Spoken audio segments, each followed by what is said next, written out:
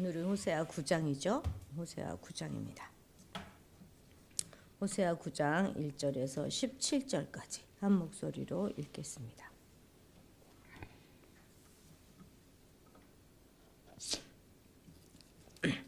이스라엘아, 너는 이방 사람처럼 기뻐 뛰놀지 말라.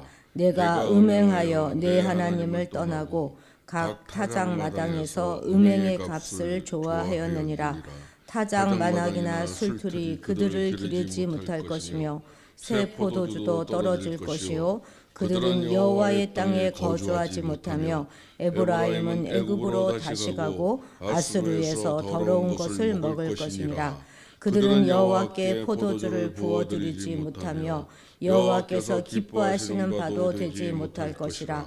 그들의 재물은 애곡하는 자의 떡과 같아서 그것을 먹는 자는 더러워지나니 그들의 떡은 자기의 먹기에만 소용될 뿐이라. 여호와의 집에 드릴 것이 아님이니라. 너희는 명절날과 여호와의 절기의 날에 무엇을 하겠느냐? 보라, 그들이 멸망을 피하여 갈지라도 애굽은 그들을 모으고 노은 그들을 장사하리니 그들의 은은 귀한 것이나 찔레가 덮을 것이요 그들의 장막 안에는 가시덩굴이 퍼지리라. 형벌의 날이 이르렀고 보응의 날이 온 것을 이스라엘이 알지라. 선지자가 어리석었고 신에 감동한 자가 미쳤나니 이는 내 죄악이 많고 내 원함이 큼이니라. 에브라임은 나의 하나님과 함께한 파수꾼이며 선지자는 모든 길에 친 새 잡는 자의 그물과 같고 그인의 하나님 전에는 원한이 있도다. 그들은 기브아의 시대와 같이 심히 부패한지라. 여호와께서 그 악을 기억하시고 그 죄를 벌하시리라.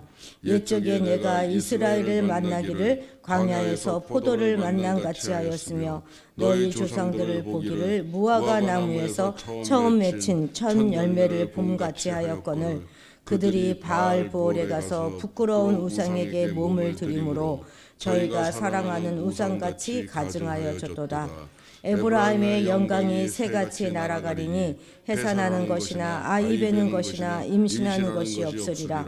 혹 그들이 자식을 기를지라도 내가 그 자식을 없이 하여 한 사람도 남기지 아니할 것이라.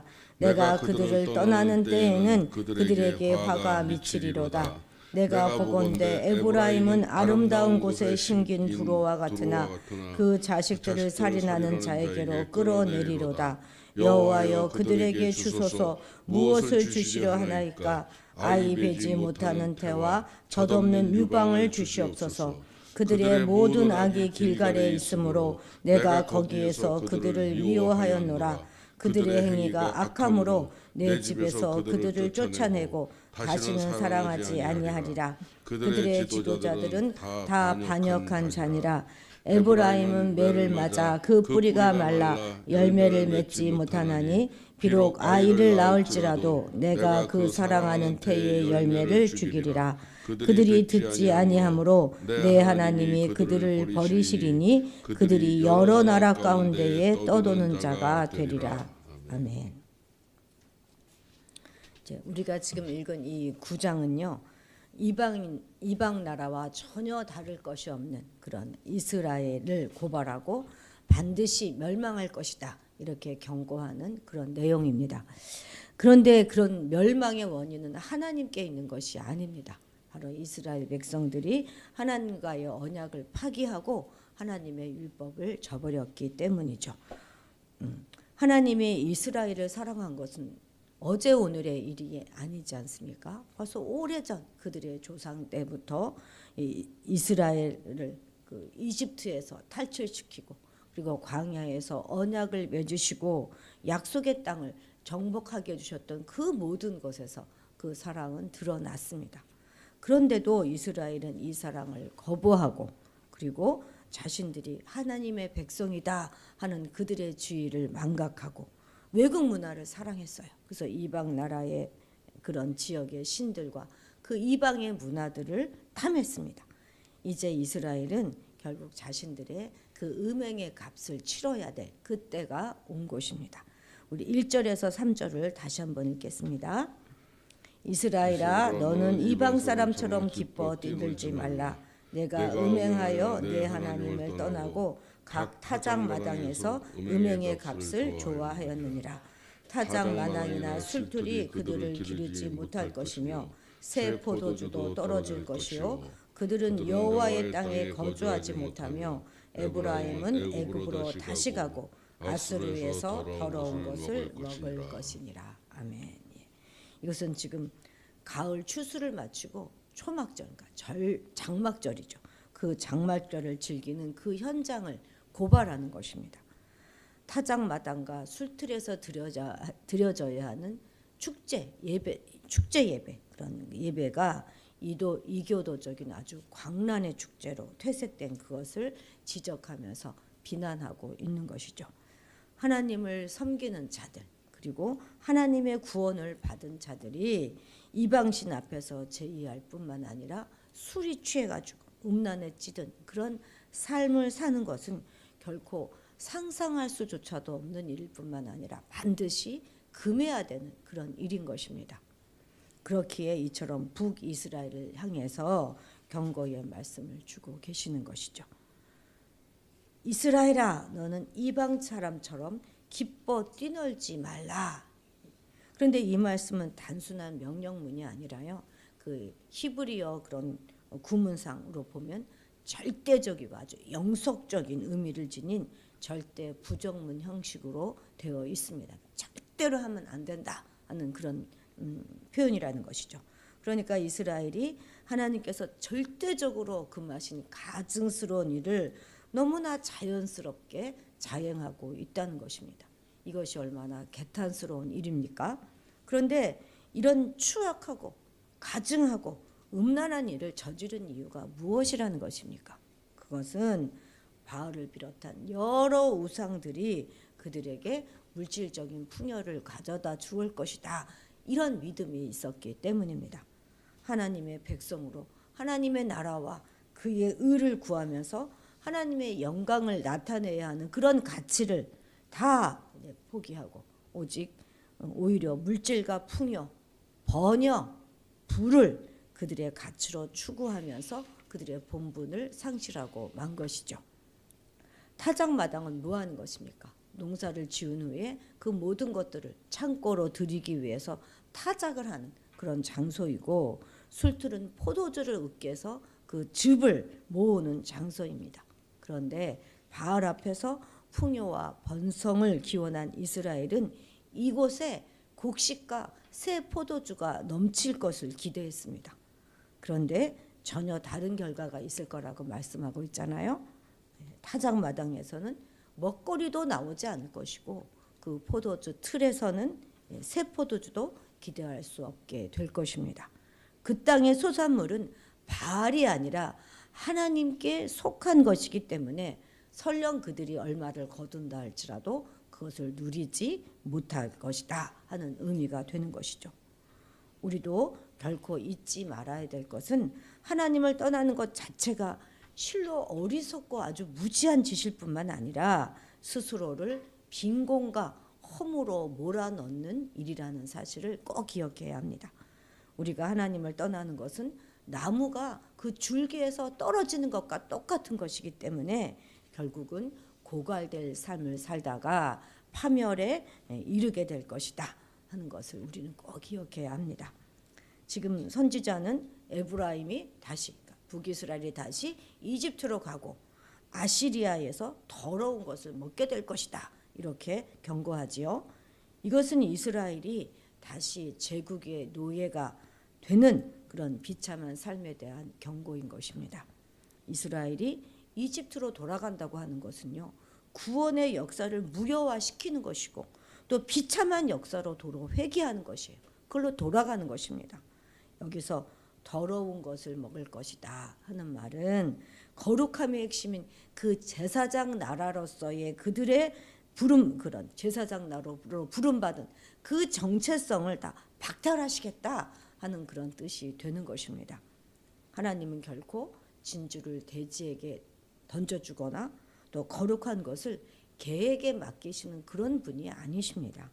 그 귀한 것을 돼지가 더럽히고 개가 막 갈기갈기 찢어 발기도록 방관하시는 그런 분이 아니시라는 말이죠.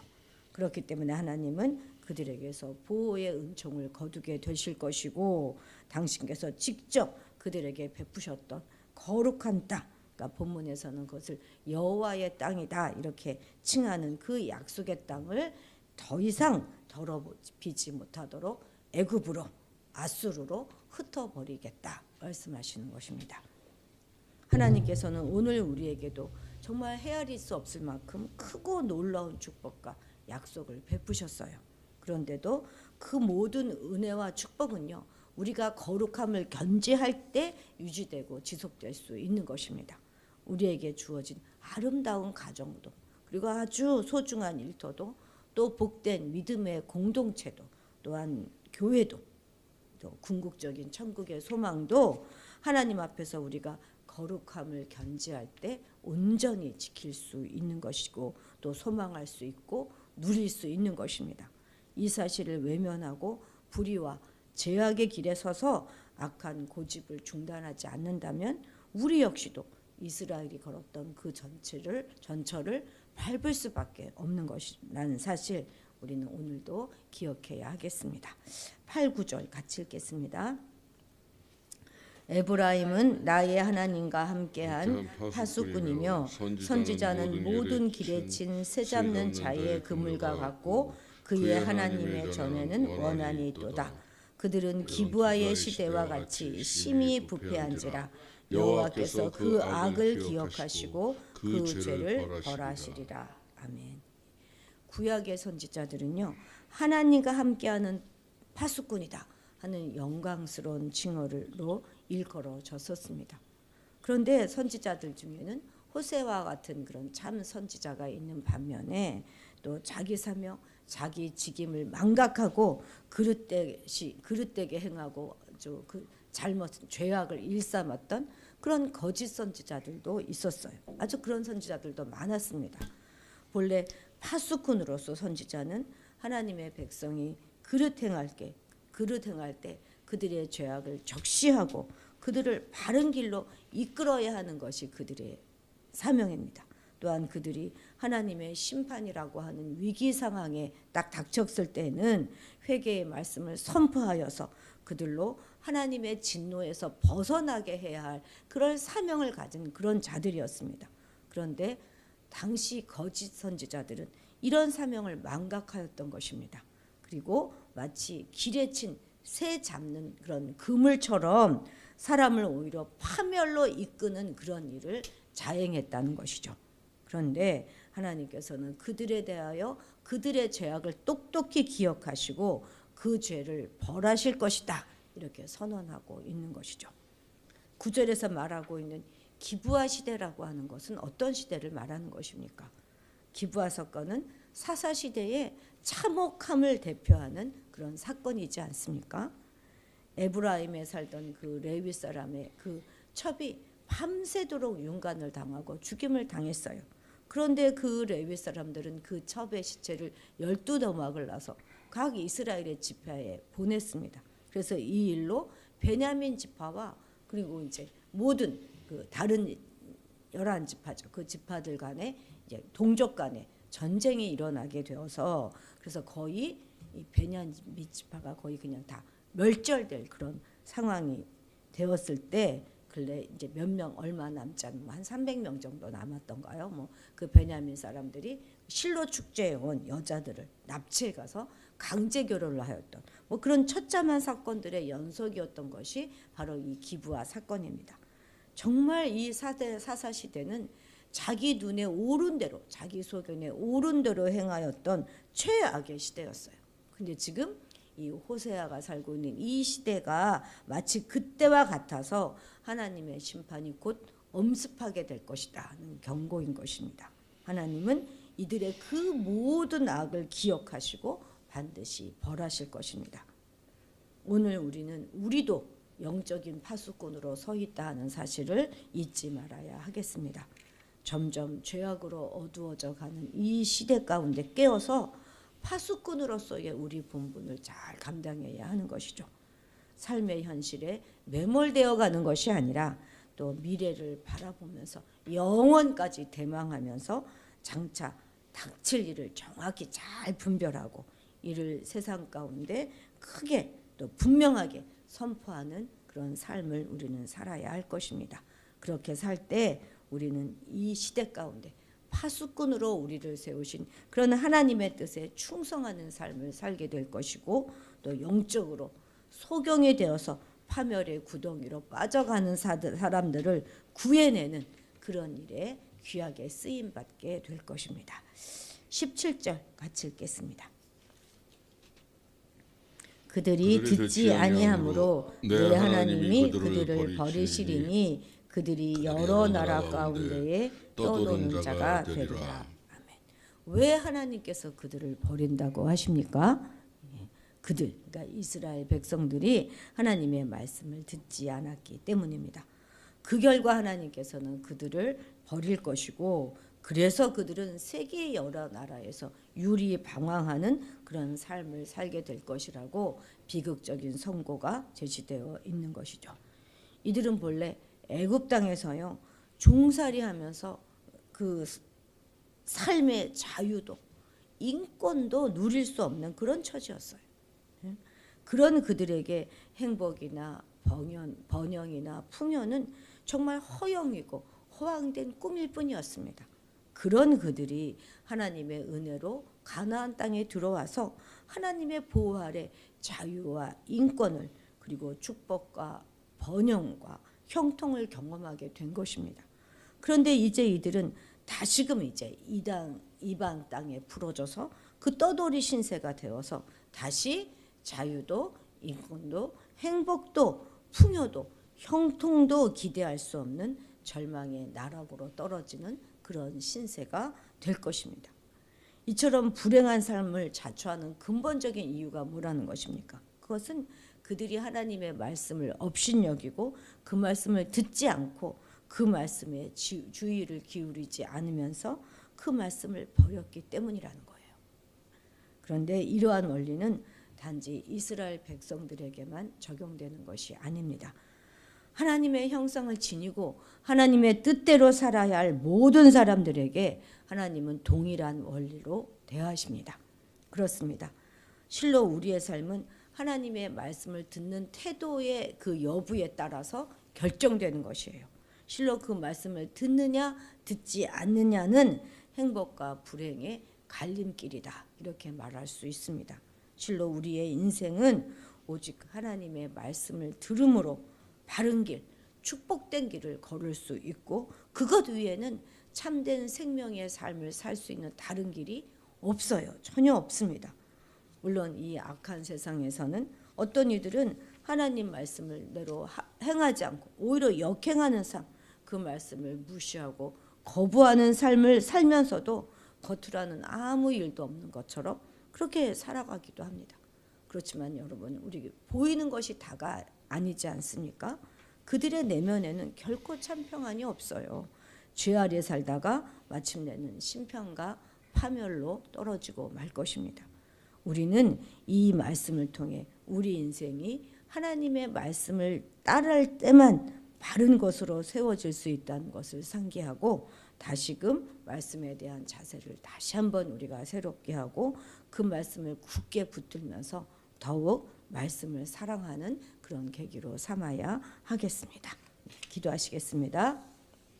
하나님 아버지, 우리에게 거룩을 사모하는 마음을 주셔서 우리의 고귀한 믿음을 더러운 것과 바꾸는 어리석음을 범하지 않게 하시고 오직 하나님의 거룩한 그런 하나님의 성품으로 우리의 모든 삶의 영역을 축복된 장소로 만들어가게 도와주옵소서.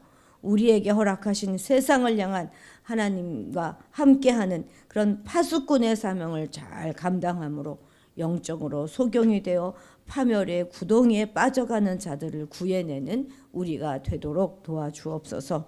우리에게 더욱 순종할 수 있는 마음을 부어주셔서 하나님의 말씀을 듣지 않고는 견딜 수 없는 마음들을 허락하여 주시고 오직 말씀을 굳게 붙들고 더욱 말씀을 사랑하며 살아가게 도와주옵소서. 감사드리며 예수님의 이름으로 기도드렸습니다. 아멘. 오늘은 선교사님들을 위해서 이제 기도하는 날인데요. 선교사님 뭐 그런 좀 모든 비자의 모든 문제들이 잘 해결이 되지 않는 것 같습니다. 그렇기도 하고 이제 한 8년 정도 쉬지 않고 그곳에서 살았기 때문에 안식년을 이제 내년에는 갖는다고 하십니다. 잘 좋은 쉼을 갖고 또 그곳에서 이제 1단계 모든 사역을 잘 마무리하고 돌아오셔서 잘 쉬시면서 또 하나님의 음성을 잘 들을 수 있도록 우리 튀르키예 그 선교사님을 위해서 기도해 주시기 바랍니다. 우리 다 같이 주님의 이름을 크게 부르고 기도의 자리로